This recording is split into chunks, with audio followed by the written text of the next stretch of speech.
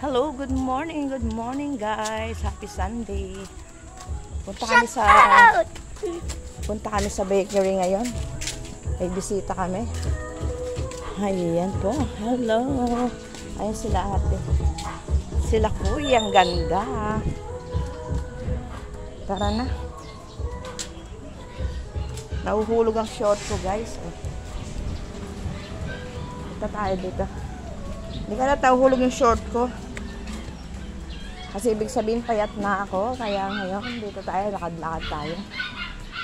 Bili-bili lang tayo ng tinapay. At kung anong mauulan mamaya. Hindi na tayo tutuloy kasi magwe-welding sila. Hindi ka na, dalihan mo. Joke lang. Kapag natapos sila mamaya ng maaga. Joke lang, di lang giving to. Tumindap sila maaga guys. Ngayon, busy ngayon kasi Sunday. Huwag ka dyan, huwag ka dyan. Dito ka. Sunday, it's family day at saka mga trabaho sa bahay. Kaya kailangan talaga. Nasa bahay. Ayan, may aso pa. Ayan, guys. Tabi ka dito sa likod ko, be. Si Paul yung bag ko. Ayan, mega shout out at mapagpalang umaga po sa inyong lahat. Mga katotong, mga kalablaban dyan. Good morning. Malayong bakery namin. Mag-bakery dito sa amin. Sa labas pa kayong pupunta. Kung meron lang tayong pwede tayong magtayo ng bakery. Yun na eh. Meron lang tayong financer, diba? Meron lang tayong sponsor dyan. Maganda rin business ang bakery kasi nasa looban kami. Ang bakery nandito pa sa labasan. Ayan. Ayan mga ka-idol. Ayan mga tanarin dito. Mga ano ni nanay yan. Ano kayang maano namin mamaya. Mag-antay kami na pang ulam. Ayan mga idol. Dito na kami. Shout out po sa lahat dyan.